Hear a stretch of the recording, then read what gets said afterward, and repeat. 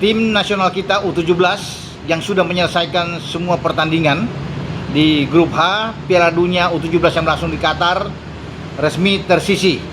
Ya, tidak ada lagi harapan karena kemarin malam sudah terjadi beberapa pertandingan yang memastikan 8 tim peringkat ketiga terbaik itu menyusul untuk bergabung dengan 24 tim yang sudah lolos, dan akan ada 32 tim berlangsung di fase gugur.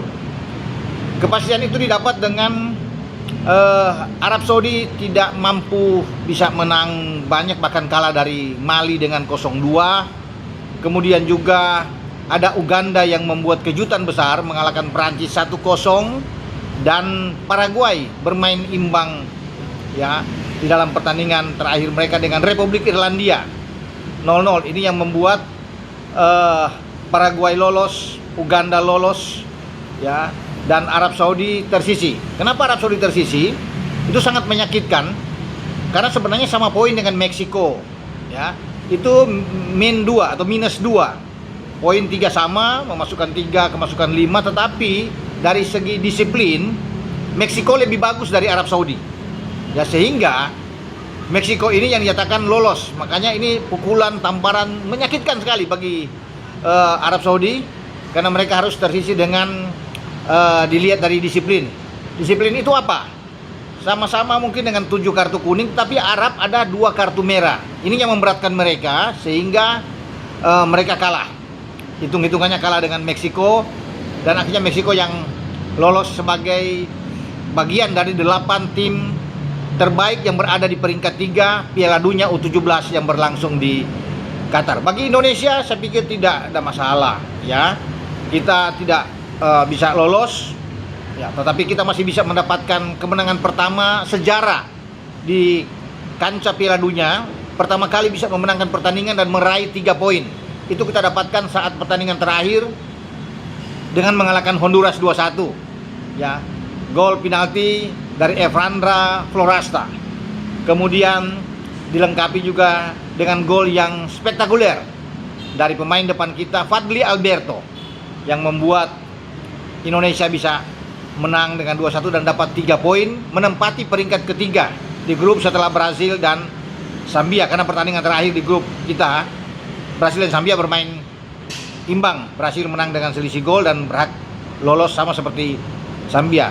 Tapi bagi kita tentunya kita bangga dengan timnas U17 kita. Coach Nova sudah membawa sejauh ini lolos dari kualifikasi ya, kemudian kita bisa berada di posisi ketiga, dapat 3 poin juga, tidak menjadi juru kunci atau nomor paling akhir, dan tidak pernah menang ya. Akhirnya kita bisa mendapatkan kemenangan itu, dan makanya saya bilang ini suatu sejarah.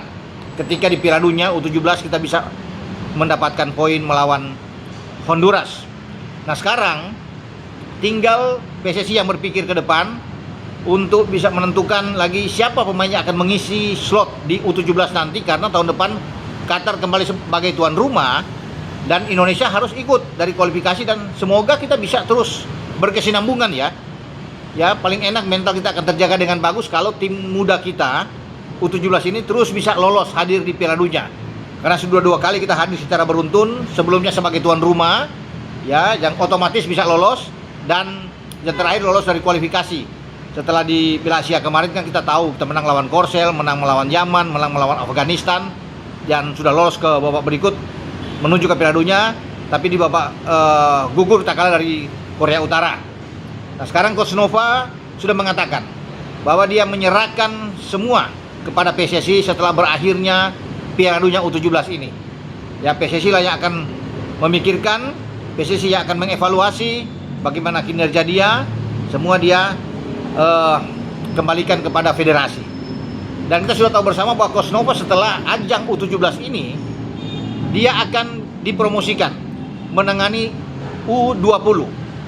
Jadi pemain-pemain yang ada di U17 sekarang itu on the way ke arah U20. Pasti apa yang dia lakukan dengan timnas U17 kita itu bisa berjalan juga dengan baik ketika dia menangani timnas U20. Oke, dengan saya Bung Roban